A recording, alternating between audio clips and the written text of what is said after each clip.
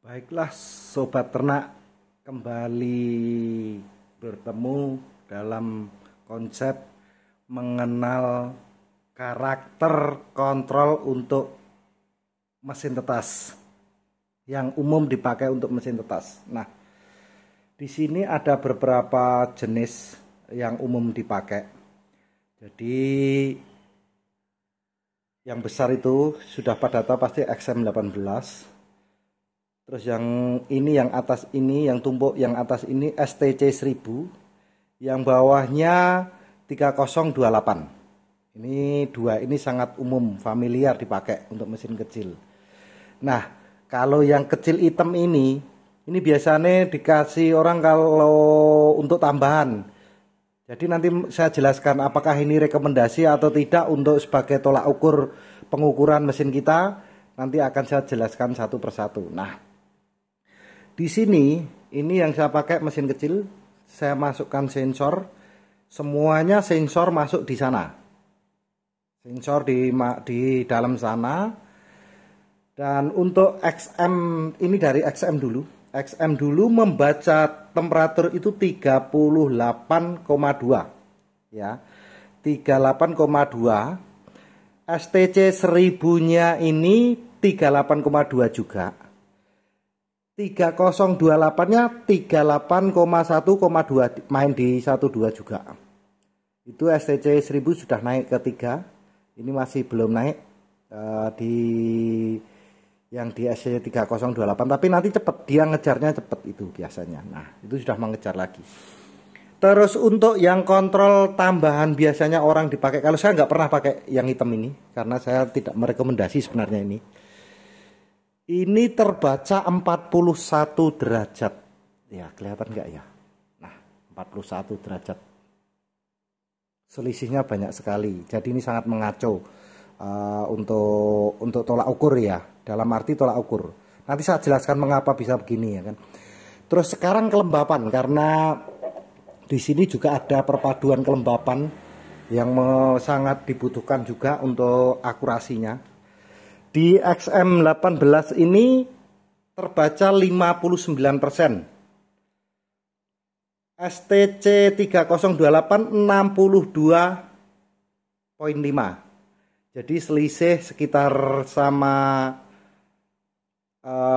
XM itu yang 3028 ini, memang ini agak cepat pembacaannya 3028 ini. Ini selisih sekitar 4%, 3,5% dari yang XM-nya. Nah, yang kotak hitam ini 53, sangat jauh, hampir 10 poin ya kan. Kalau sama XM selisihnya sekitar 5-6 poin, 6%.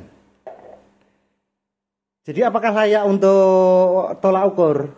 Menurut saya pribadi, ini tidak bisa untuk tolak ukur yang ini. Karena jauh nilainya, dari segi temperatur dia jauh, dari kelembapan juga jauh.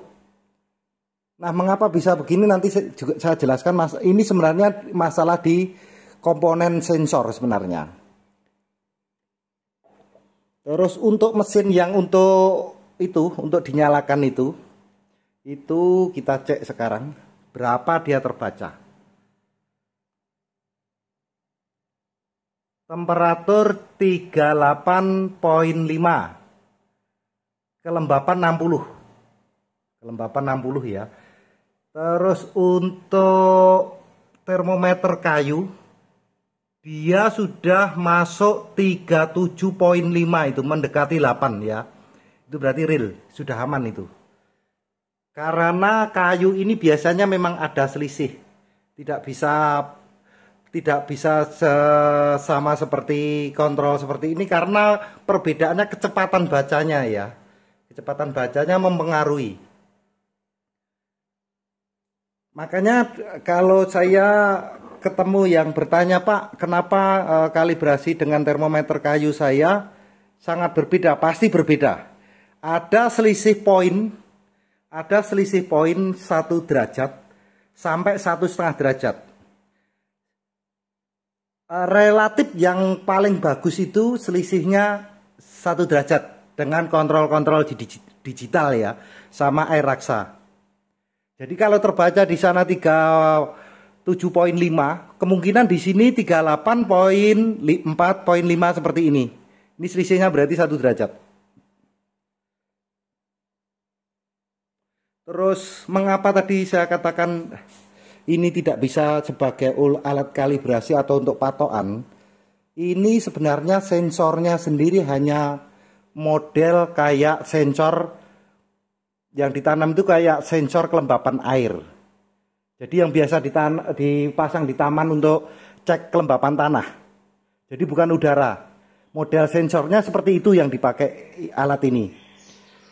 Nah, sedangkan yang dua ini sudah menggunakan komponen memang untuk bersentuhan dengan udara, merespon udara, kadar kelembapan udara. Kalau ini harus benar-benar tersentuh baru bisa dibaca sama sensornya ini. Jadi mungkin ditetesi air gitu, mungkin dia akan membaca langsung cepatnya. Tapi kalau hanya sekedar dalam ruangan, akurasinya memang tidak bisa dipercaya atau diragukan. Nah, kemarin ada yang ambil mesin produk kita. Kebetulan dia punya alat seperti ini. Alat seperti ini. Dimasukkanlah alat seperti ini dan dia lebih condong percaya dengan alat ini, otomatis selisihnya jauh sekali. Akibatnya apa? Dia ketakutan dulu sama temperatur. Ini 41,2. Ini sudah terlewat jauh. Kalau suhu selisih 2 derajat berbahaya. Minimal itu selisihnya poinnya, jadi komanya ya. Kalau ini sudah enggak, ini sudah poin di sini. Jadi 41 versus 38, 41,3 versus 38. Ini hampir 2 derajat. Hampir 3 derajat. Bayangkan kalau mesin tetas menggunakan kalibrasi seperti ini, menggunakan alat ini, saya jamin pasti kacau. Terus kejadian lagi seperti ini. Mesin kita kan menggunakan yang SCC 3028. SCC 3028 yang bawah itu ya, yang bawah itu. Nah, terus dikalibrasi dengan ini. Akhirnya dia percaya. Ini yang katanya sudah terbiasa dia pakai. Akhirnya apa? Dia nambah kuota air di dalam mesin. Iya kan? Tidak pasti ketemu.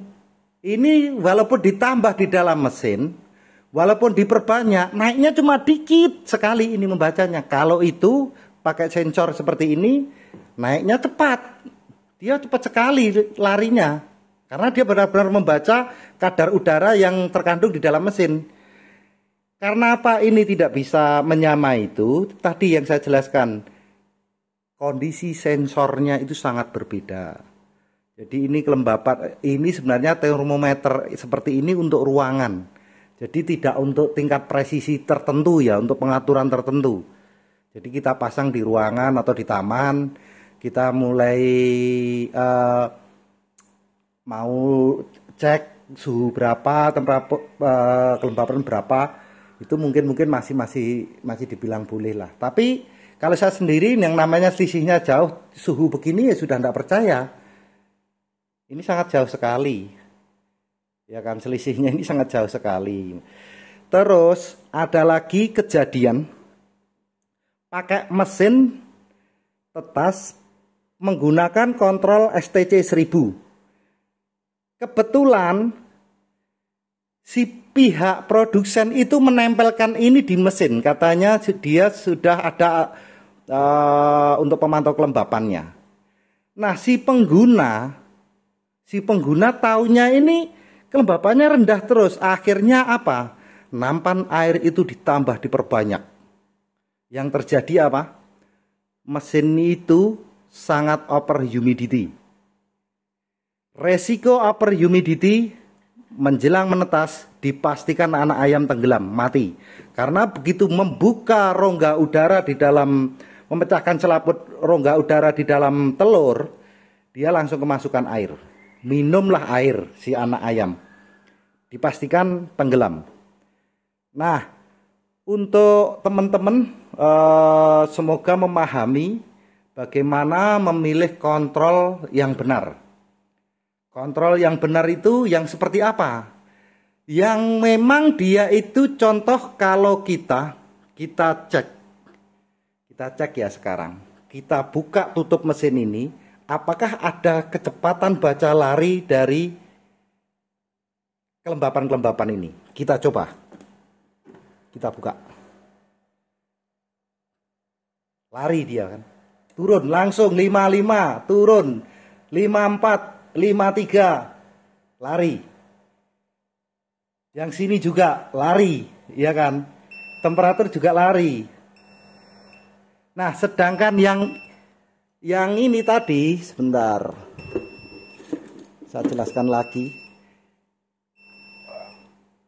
Ini lihat. Turun ya turun. Turunnya itu bukan karena kadar kelembapan hilang, karena suhunya di sini turun, otomatis ini terjadi. Nah, sekarang setelah ditutup berapa menit, ini mengondisikan. Mulai dia membaca, ini ditutup lagi ya, ini kita tutup lagi. Ini mengondisikan, sudah 58.1 ya kan.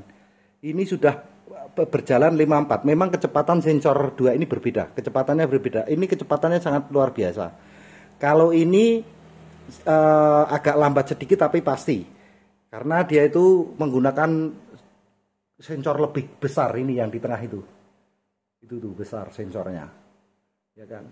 Nah, kalau yang punya sensor lebih kecil, dia biasanya untuk pembacaan suhu itu lebih cepat. Ini contohnya kalau sensornya punya STT3028. Kalau XM itu dipisah. Ini kelembapan, ini temperatur. Nah, kalau yang kotak hitam tadi, ini sensornya kayak ini. Nah, sekarang saya mau tunjukkan. Inilah perbedaan sensor. Sebentar, ini tak taruh dulu. Nanti saya dekatkan di sini.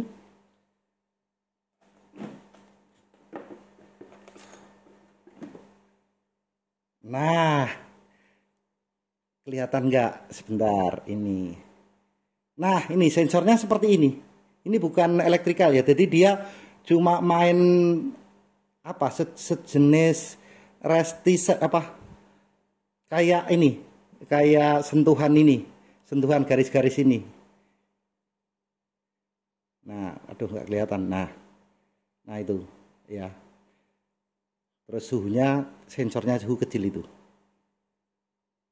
Nah, kalau ini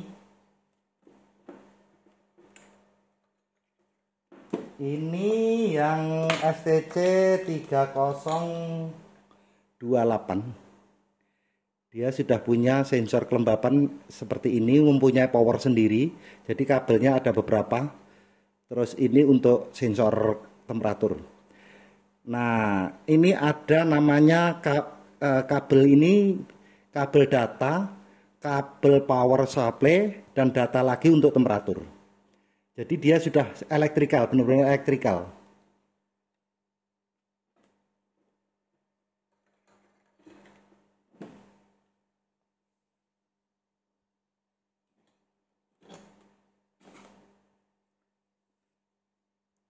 Mungkin penjelasan saya seperti itu dulu. Jadi nanti kalau teman-teman bertanya mengapa ini kok susah untuk mengkalibrasi, itu sebenarnya apa yang terjadi kan gitu.